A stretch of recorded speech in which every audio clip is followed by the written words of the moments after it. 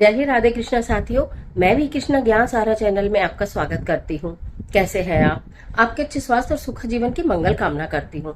आपके और अपने इष्ट देवों को कोटि कोटि नमन करते हुए, बड़ों को प्रणाम करते हुए वीडियो प्रारंभ करते हैं। साथियों, आषाढ़ मास प्रारंभ हो चुका है और आषाढ़ मास के कृष्ण पक्ष की संकष्टी चतुर्थी, जो कि 25 जून दिन मंगलवार को है, उसकी पौराणिक कथा लेकर मैं आज आपके बीच में।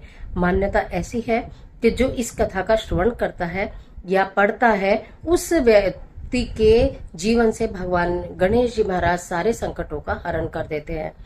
जिनके संतान नहीं है उनको भी ये वैसे तो संकष्टी चतुर्थी की का व्रत रखना चाहिए, लेकिन किसी प्रकार भी व्रत ना रख पाए तो पूजन जरूर करें और उसके बाद कथा का श्रवण करें और रात को चंद्रमा को अर्घ दें। चंद्रोदय आज के दिन 25 जून की बात करूं, जिस दिन ये संकष्टी चतुर्थी है, तो रात को 10:37 पर होगा।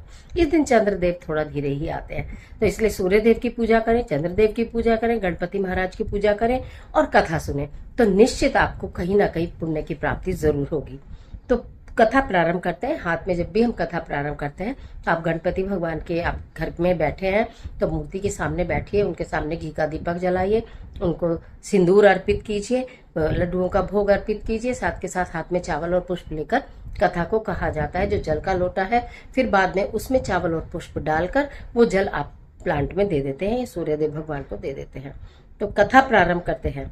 हे महाराज, द्वापर युग में महेशमती नगरी का महीजीत नामक राजा था। वह बड़ा ही पुण्यशील और प्रतापी राजा था। वह अपनी प्रजा का पालन पुत्रवत करता था, किंतु संतान विहीन होने के कारण उसे राजमहल का वैभव अच्छा नहीं लगता था। वेदों में निसंतान का जीवन व्यर्थ माना गया है। यदि संतानहीन व्यक्ति अपने पितरों को जलदान देता है तो उसके पितृगण उस जल को गर्म जल के रूप में ग्रहण करते हैं। इसी उहापोह में राजा का बहुत समय व्यतीत हो गया। उन्होंने पुत्र प्राप्ति के लिए बहुत से दान यज्ञ कार्य किए, फिर भी राजा को पुत्र की उत्पत्ति नहीं हुई। जवानी ढल गई और बुढ़ापा आ गया, किंतु वंश वृद्धि नहीं हुई। तदंतर राजा ने विद्वान ब्राह्मणों और प्राजनों से इस बारे में परामर्श किया। राजा ने कहा कि हे ब्राह्मणों तथा प्रियजनों, हम तो संतानहीन हो गए, अब मेरी क्या गति होगी। मैंने जीवन में तो किंचित कोई पाप कर्म किया नहीं है। मैंने कभी अत्याचार द्वारा धन संग्रह भी नहीं किया। मैंने तो सदैव प्रजा का पुत्रवत पालन किया तथा धर्माचरण किया, लेकिन मैंने चोर डाकुओं को दंडित किया, इष्ट मित्रों के भोजन की व्यवस्था की, गौ ब्राह्मणों का हित चिंतन करते हुए शिष्ट पुरुषों का आदर किया, फिर भी मुझे अब तक पुत्र न होने का क्या कारण है। विद्वान ब्राह्मणों ने कहा, हे महाराज, हम लोग वैसा ही प्रयत्न करेंगे जिससे आपके वंश में वृद्धि हो। इस प्रकार कहकर सब लोग युक्ति सोचने लगे। सारी प्रजा राजा के मनोरथ की सिद्धि के लिए ब्राह्मणों के साथ वन में चली गई। वन में उन लोगों को एक श्रेष्ठ मुनि के दर्शन हुए। वे मुनिराज निराहार रहकर तपस्या में लीन थे। ब्रह्मा जी के समान वे आत्मजित थे, क्रोधजित तथा सनातन पुरुष थे। संपूर्ण वेद विशारद एवं अनेक ब्रह्म ज्ञान संपन्न वे महात्मा थे। उनका निर्मल नाम लोमश ऋषि था। प्रत्येक कल्पांत में उनके एक एक रोम पतित होते थे, इसलिए उनका नाम लोमश ऋषि पड़ गया था। ऐसे त्रिकालदर्शी महर्षि लोमश के उन लोगों ने दर्शन किए। सब लोग उन तेजस्वी मुनि के पास गए। उचित अभ्यर्थना एवं प्रमाण आदि के अनंतर सभी लोग उनके समक्ष खड़े हो गए। मुनि के दर्शन से सभी लोग प्रसन्न होकर परस्पर कहने लगे, हम लोगों को सौभाग्य से ही ऐसे मुनि के दर्शन हुए हैं। इनके उपदेश से हम सभी का मंगल होगा। ऐसा निश्चय कर उन्होंने मुनिराज से कहा, हे ब्रह्मर्षि, हम लोगों के दुख का कारण सुनिए। अपने संदेह के निवारण के लिए हम लोग आपके पास आए हैं। हे भगवान, आप कोई उपाय बताइए। महर्षि लोमेश ने पूछा, सज्जनों, आप लोग यहाँ किस अभिप्राय से आए हैं? मुझसे क्या प्रयोजन है?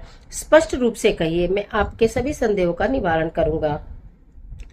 प्रजाजनों ने उत्तर दिया, हे मुनिवर, हम महेशमती नगरी के स्वामी हैं। हमारे राजा का नाम महीजीत है। वह दानवीर है, ब्राह्मणों का रक्षा करने वाले हैं, धर्मात्मा है, दानवीर है, शूरवीर है, मधुरभाषी हैं। उस राजा ने हम लोगों का पालन पोषण किया है, परंतु ऐसे राजा को आज तक संतान की प्राप्ति नहीं हुई। हे भगवान, माता पिता तो केवल जन्मदाता ही होते हैं, किंतु राज ही वास्तव में पोषक एवं संवर्धक होता है। उसी राजा के निमित्त हम लोग ऐसे गहन वन में आए हैं। हे महर्षि, आप कोई ऐसी युक्ति बताइए जिससे राजा को संतान की प्राप्ति हो, क्योंकि ऐसे गुणवान राजा का कोई पुत्र न हो, यह बड़े दुर्भाग्य की बात है। हम लोग परस्पर विचार विमर्श करके इस गंभीर वन में आए हैं। उनके सौभाग्य से ही हम लोगों ने आपका दर्शन किया है। हे मुनिवर, किस व्रत, दान, पूजन आदि अनुष्ठान करने से राजा को पुत्र होगा, आप कृपा करके हमें बताइए। प्रजा की बात सुनकर महर्षि लोमेश ने कहा, हे भक्तजनों, आप लोग ध्यान पूर्वक सुनो। मैं संकट नाशन व्रत को बतला रहा हूँ। यह व्रत निसंतान को संतान और निर्धनों को धन देता है। आषाढ़ कृष्ण चतुर्थी को एक दंत गजानन नामक गणेश की पूजा करें। राजा व्रत करके श्रद्धा युक्त हो ब्राह्मण भोजन कराएं और उन्हें वस्त्र दान करें। गणेश जी की कृपा से उन्हें अवश्य ही पुत्र की प्राप्ति होगी।